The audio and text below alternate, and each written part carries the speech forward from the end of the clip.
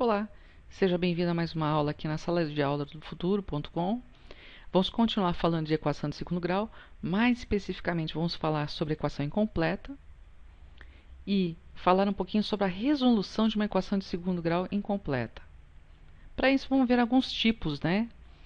Nesse nosso primeiro tipo aqui, de equação incompleta, nós vamos ver faltando o coeficiente b, ou seja, o b vai ser zero. Então, vamos lá, olha lá. Forma geral, nós temos ax² mais c igual a zero.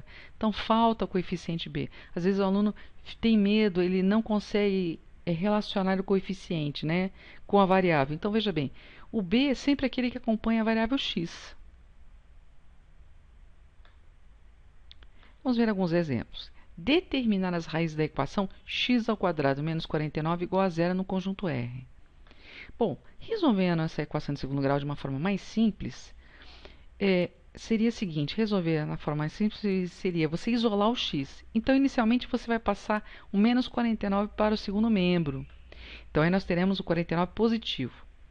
Mas nós não temos ainda o x isolado, porque ele está elevado ao quadrado. Então, nós vamos passar esse 2, que é expoente, para o segundo membro, na forma contrária dessa operação, que seria, então, a radiciação. Então, se aí nós temos expoente quadrado, isso vai virar uma raiz quadrada. Então, vai ficar raiz quadrada de 49. Consequentemente, o resultado dessa raiz quadrada vai ser mais 7 e menos 7. Lembrando, se você quiser fazer uma prova real, para saber por que é menos 7 e 7, basta você fazer a seguinte operação. Testa. Mais 7 vezes mais 7 não dá 49? Ok, né? Dá sim. Mas se você testar menos 7 vezes menos 7, também dá 49. Por isso que nós temos que considerar as duas raízes. Então, as raízes são menos 7 e mais 7. Ou você pode colocar, né, como nós colocamos ali, x1 mais 7 e x2 menos 7. Tanto faz a ordem. No nosso próximo exemplo, nós temos o seguinte: determinar as raízes da equação 9x² menos 81 igual a zero no conjunto R dos reais, né? Conjunto dos reais. Bom, inicialmente, de novo, nós vamos pensar em transferir o menos 81 para o segundo membro. E aí ele vai ficar positivo. Como nós temos que isolar o x, o 9 que está multiplicando vai passar dividindo. Então, nós teremos 81 dividido por 9. Então, nós teremos como resultado 9. E aí, nós vamos passar esse 2, que é expoente, né, para lá em forma de raiz. Então, vai ficar raiz quadrada de 9, que vai ser mais 1, aliás, mais 3 e menos 3. E nós já mostramos para você como comprovar, né? Inclusive, você que já tem acompanhado nossos vídeos, já deve ter visto, inclusive, essa parte da matéria que fala sobre as raízes em outro vídeo nosso. Então, nós teremos aí como resultado x1 menos 3 e x2 mais 3. Ou, as raízes da equação são menos 3 e 3. Lembrando que você pode fazer uma prova real substituindo o menos 3 lá em cima, em seguida substituindo o 3 também lá em cima. Então, você vai ver que vai ter a sentença matemática 0 igual a 0 se for realmente a raiz. Mais um exemplo? Vamos lá. Determinar agora as raízes da equação menos 5x² mais 7 igual a zero no conjunto R dos reais. Veja bem que a gente está colocando vários exemplos para você se acostumar que nem sempre o número vai ser bonitinho, como é o caso que você vai ver agora, né? Vamos passar o 7 para lá, o 7 vai ficar negativo, inclusive a variável x, né? O menos 5x² tem que ficar positivo, então vamos multiplicar por menos 1 nos dois membros. É o princípio da balança, né, que você aprendeu lá no 7º ano, né? E aí, o que nós vamos fazer?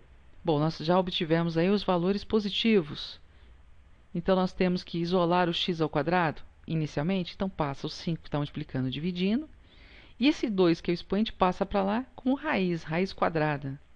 E veja bem, você não teve que determinar a raiz de 7 quintos, porque não é uma raiz exata. Então, nós deixamos indicado o resultado como sendo mais ou menos, raiz quadrada de 7 quintos. Então, nós teremos o seguinte, a resposta poderia ser também x1 igual a menos raiz quadrada de 7 sobre 5 e x2 mais raiz quadrada de 7 sobre 5. Ou podemos falar que as raízes da equação são menos raiz quadrada de 7 sobre 5 e mais raiz quadrada de 7 sobre 5. Vamos pegar agora uma situação problema envolvendo esse tipo de equação incompleta faltando o b. Um ladrilho de banheiro possui as medidas dos lados iguais e 256 cm² de área. Nós temos que determinar, então, a medida de cada lado desse ladrilho. Bom, inicialmente nós temos que recordar um pouquinho como é que é a fórmula para calcular a área do quadrado. Então, aí nós temos lado vezes lado. Substituindo a área do quadrado, o problema já deu, foi 256. E vamos chamar de x, né, o L. Então, como nós temos dois lados iguais, nós teremos x vezes x. X vezes x, x ao quadrado. E olha que interessante, nós chegamos numa equação exatamente parecida com as outras que não eram contextualizadas. Esse 2 que é expoente passa para lá como raiz quadrada, então nós teremos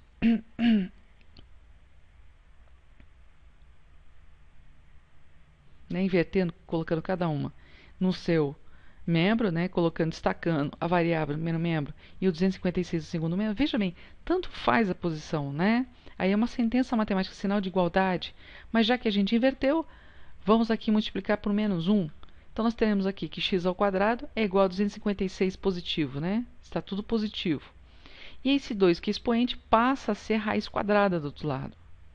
E aí, a gente determinando essa raiz quadrada, nós vamos obter 16 centímetros.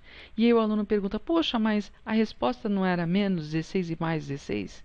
Veja bem, aqui nós estamos tratando de uma questão contextualizada. Não existe um valor negativo dentro da geometria. Eu não posso falar que um lado mede menos 16. Então, vamos considerar apenas a resposta positiva. Então, nós teremos como resultado aqui, como resposta, 16 centímetros, que é a medida de um dos lados.